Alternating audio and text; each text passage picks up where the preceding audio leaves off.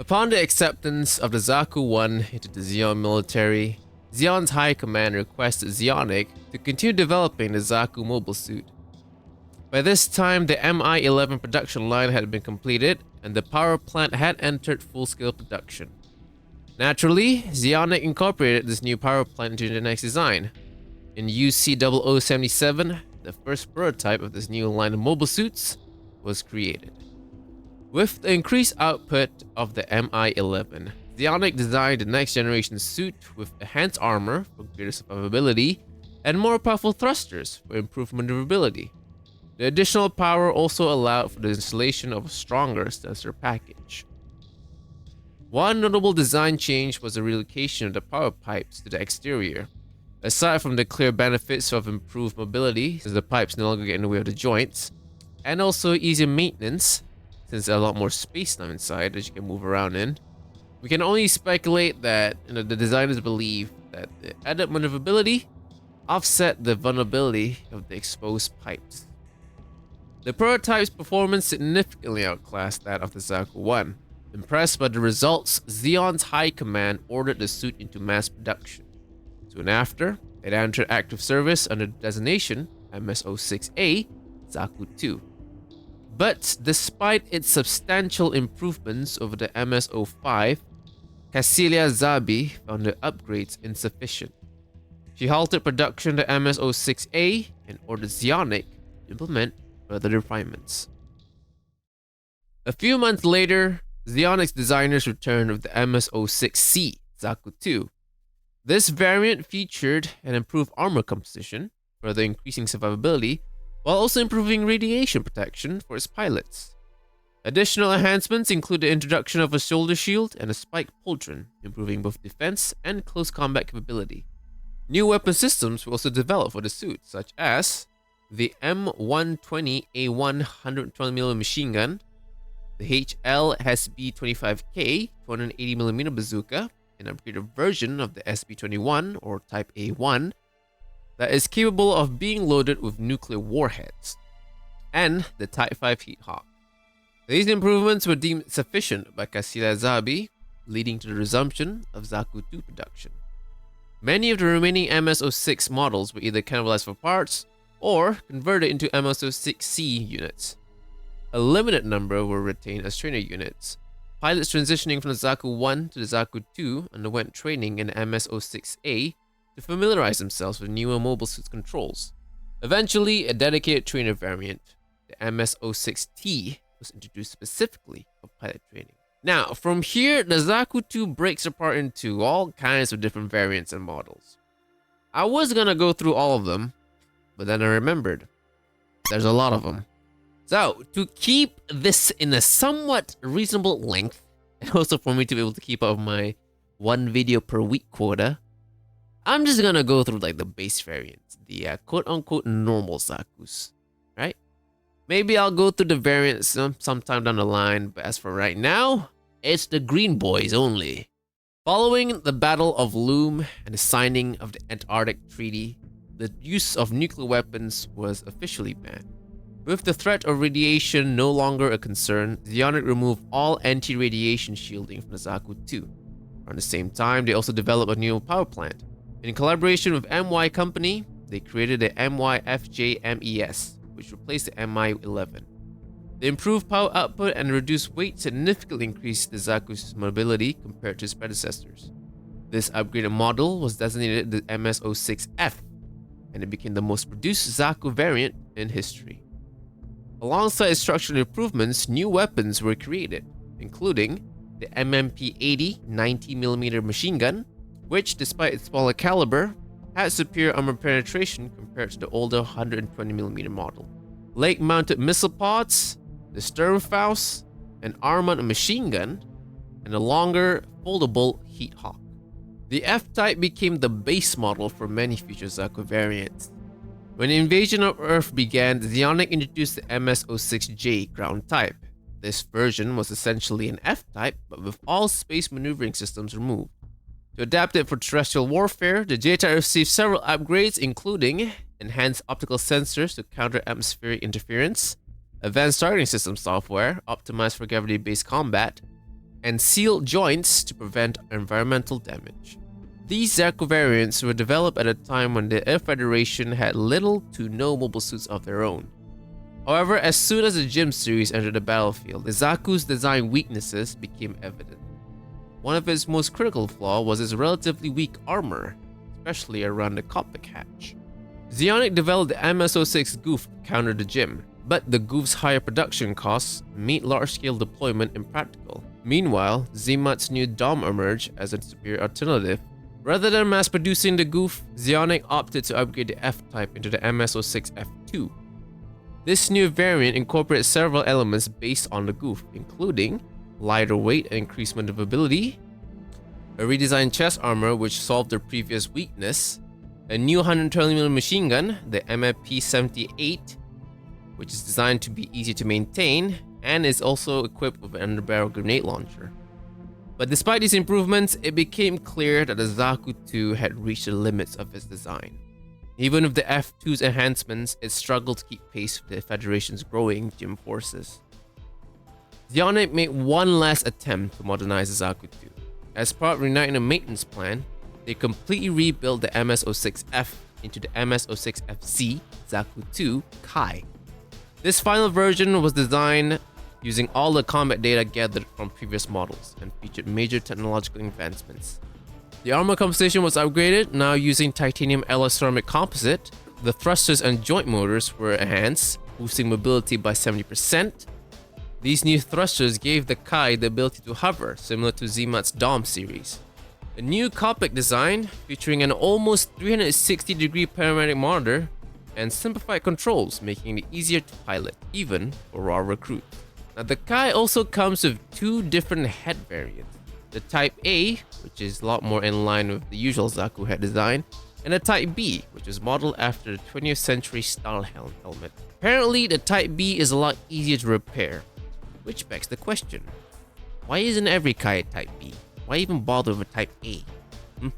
The Zaku Kai may have been Zeonic's best iteration of the Zaku line and had the potential to turn the tide of the war, but it was developed far too late. By the time it entered service, the Federation was already advancing towards the Zeon homeland. The only units who received the Kai were newly formed squadrons with only green pilots, or specialized forces such as Cyclops Team and the Site 3 Capital Defense Force. Despite its technological superiority, the Zaku II Kai was unable to prevent the inevitable fall of Zeon. Following the 1-year war, Zeonic was fully absorbed into Anaheim Electronics. All of its assets and facilities were transferred under Anaheim's control, marking the official end of Zaku II production. However, the Zaku's legacy did not end there. Many Zaku II units were recovered or captured by the Earth Federation. While the majority were scrapped, some were repurposed for use in the EF military, serving in training roles and low-priority operations. Meanwhile, numerous Zaku IIs continued to operate with Zeon remnants, both on Earth and in space. Due to the scarcity of replacement parts, many of these surviving Zakus were either heavily modified or repaired using components salvaged from other mobile suits. Those that managed to avoid capture by either the EF or Zeon remnant forces often end up in the hands of private collectors, or more commonly, bandit groups. Arguably serving as a symbol of the 1-year war, survivors of the war will view the Zaku II as a symbol of evil or aggression, a reminder of Zeon's militarism and the devastation of the war. Yet, despite its reputation, the Zaku II's iconic design lived on. Former Zeonic engineers now working at Anaheim Electronics developed the Hyzak and Marasai, two mobile suits that bore a striking resemblance to the Zaku II. Both machines were later deployed by the EF and later the Titans, with some units even finding their way into Neo-Zeon forces. Meanwhile, engineers and designers who fled their Zeon remnants after the 1-year war continued developing the Zaku lineage. Their efforts led to the creation of the next generation of Zakus, including the Zaku III, the Zaku IV, and finally, the RF Oldsmobile Zaku. The Zaku II. That's like, it was originally my favorite Zeon suit. I have moved now to the Dom series. Like mass production like suits, I guess. Still, the Zuda is still my favorite overall. But when it comes to like, what do you call that? Suits are like been mass produced and that you see in every anime. I think the Dom's taken over. Dom is so cool, man. But yeah, Zaku 2. I can't believe I don't have a proper model kit for it. Yeah, I have like no, I do have an RG Zaku 2. But that was like my first ever model kit and it did not go too well. It's in pieces right now. I don't know, I can't fix it. It's fucked. It's fucked. But I do have a Kai and an F2, but the F2 is in like what do you call that? Earth Federation colors is the white one. But I put Zaku stickers on it, Xeon stickers on it. It's a Snow Zaku too. Again, I didn't want to include like the variants, but oh my god, there's a lot, and the high mobility. That one has like more than 3 or 6 even. And then there's a Zaku, there's like the Zaku cannon and all that.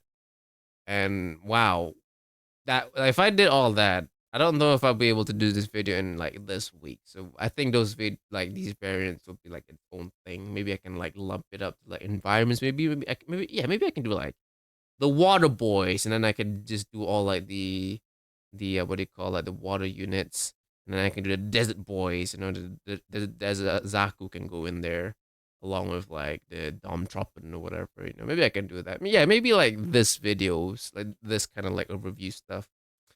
I'll stick to the somewhat relatively the most produced versions, I guess. Yeah, the other variants I'll probably do like a separate video, either like the artillery guys, support guys, the Zaku tank could go in there, Zaku artillery Zaku and all that. This isn't like the Zaku 1 with there's like a handful amount of like variants. The Zaku 2 is like everywhere. And not only that, some of these variants are like so obscure that they don't have any information on them as well. So yeah, I'm not sure what to do with that.